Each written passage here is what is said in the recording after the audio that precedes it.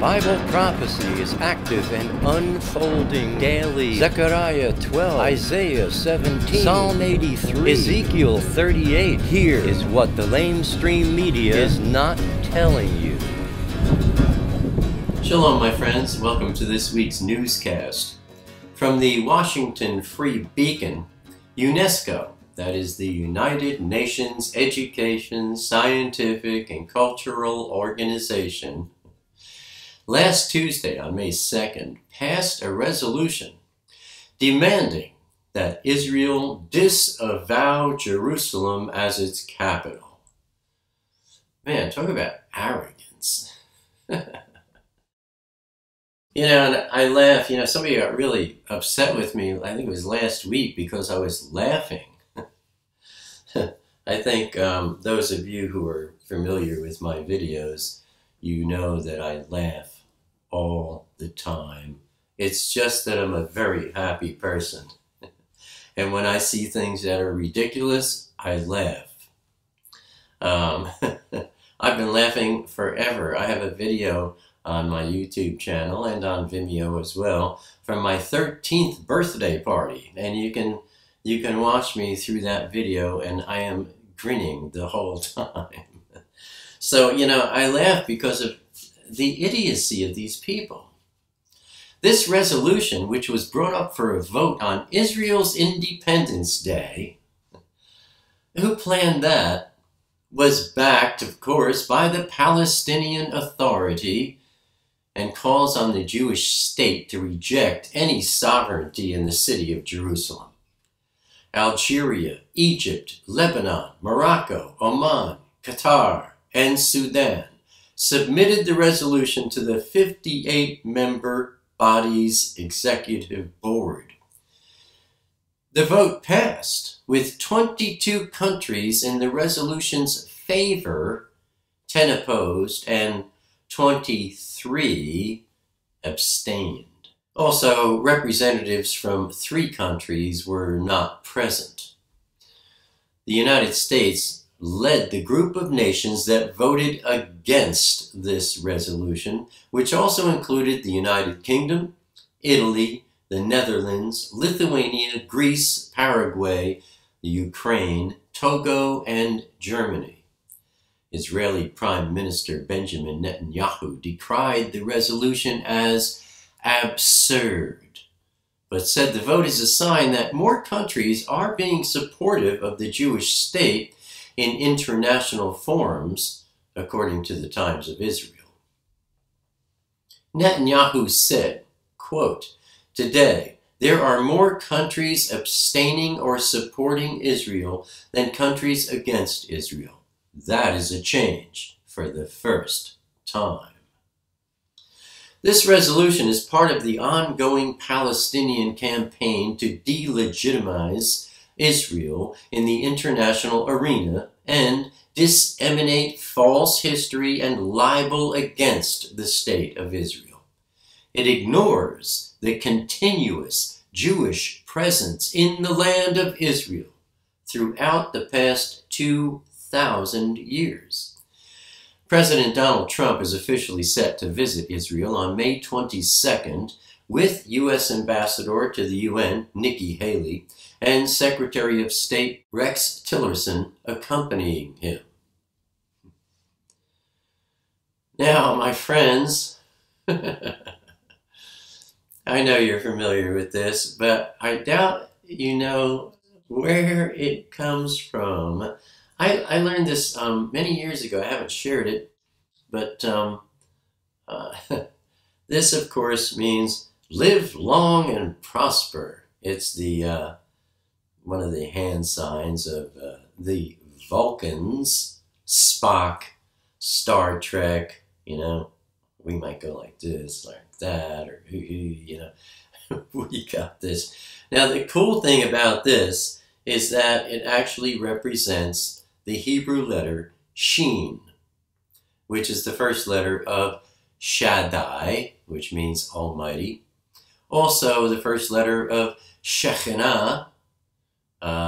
It's not in the Bible, that word, but is a form of a Hebrew word that literally means he caused to dwell, signifying that it was a divine visitation of the presence or the dwelling of Yahweh Elohim on the earth. Now, Leonard Nimoy was only 8 or 9 years old, in synagogue with his father, his grandfather, and his brothers. And the Kohanim were chanting from the book of Numbers, chapter 6, verse 24 through 26, chanting, Yahweh barach you and keep you. Yahweh make his face shine on you. Yahweh pitch tents with you. It says be gracious, but that word there in the Hebrew is chana, which is pitching tents. Yahweh turn his face toward you and give you shalom. Of course, they don't say Yahweh.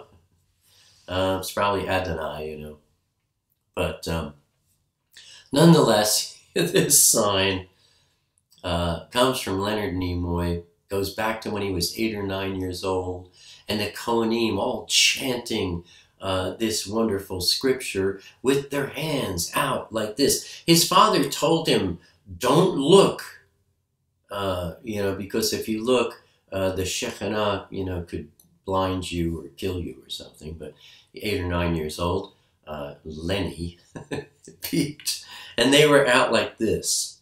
So they're doing Star Trek. They need a signal. He explains this whole story in a video. I have a link for you beneath today's newscast in the Read More section. Go down there and click on it. It'll take you right to the spot in the video. You won't have to watch the front part of it. This is rather late in the video. It'll take you right there where Mr. Nimoy explains. Turning to wars and rumors of wars, on Thursday, May 4th, from the Wall Street Journal, Iraqi forces started a new offensive as a part of a U.S.-backed campaign to drive ISIS from its last key stronghold of Mosul. The attack was launched early on Thursday in the northern part of Mosul's western section. Then from the Daily News, the Bedouin tribe Al-Tarabin announced that 8 alleged militants were killed in clashes with its members, while 2 tribesmen were injured. According to a statement by Al-Tarabin, the militants belonged to Ansar Beit al-Maqdis, currently known as the Sinai province, and is affiliated with ISIS. The clash between the 2 sides came after a woman was killed and her husband and 2 of her sons were kidnapped from Rafah on Monday, May 1st, by militants suspected to be from Sinai province.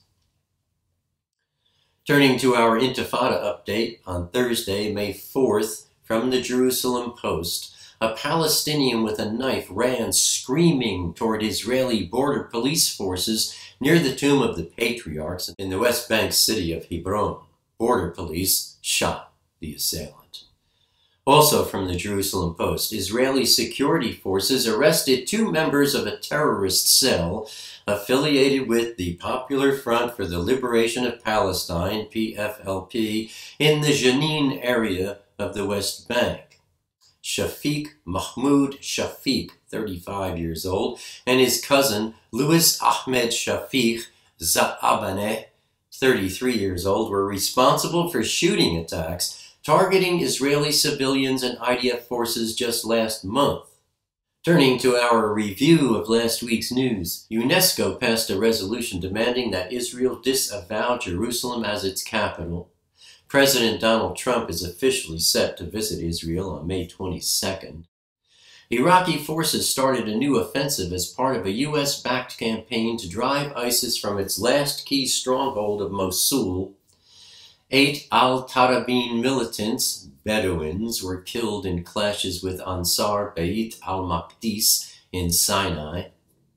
Border police shot a Palestinian who ran screaming toward Israeli border police forces with a knife near the tomb of the patriarchs.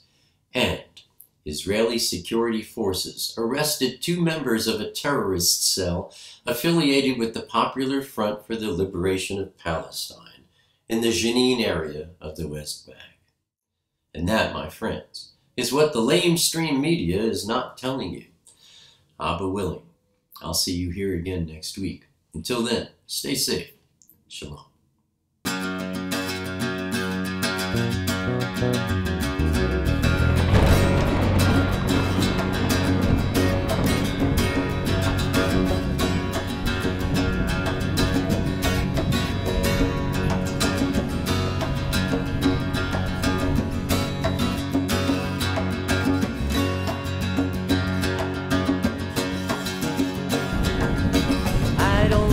Crowded rooms, I need more space than I consume.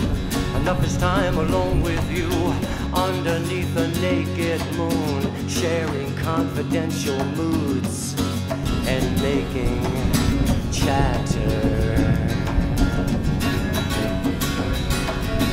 Mockingbird nocturnal sings notations of eternal things, entering the quantum breeze, flying not for want of wings. He lights his gaze on you and me, simply because we matter.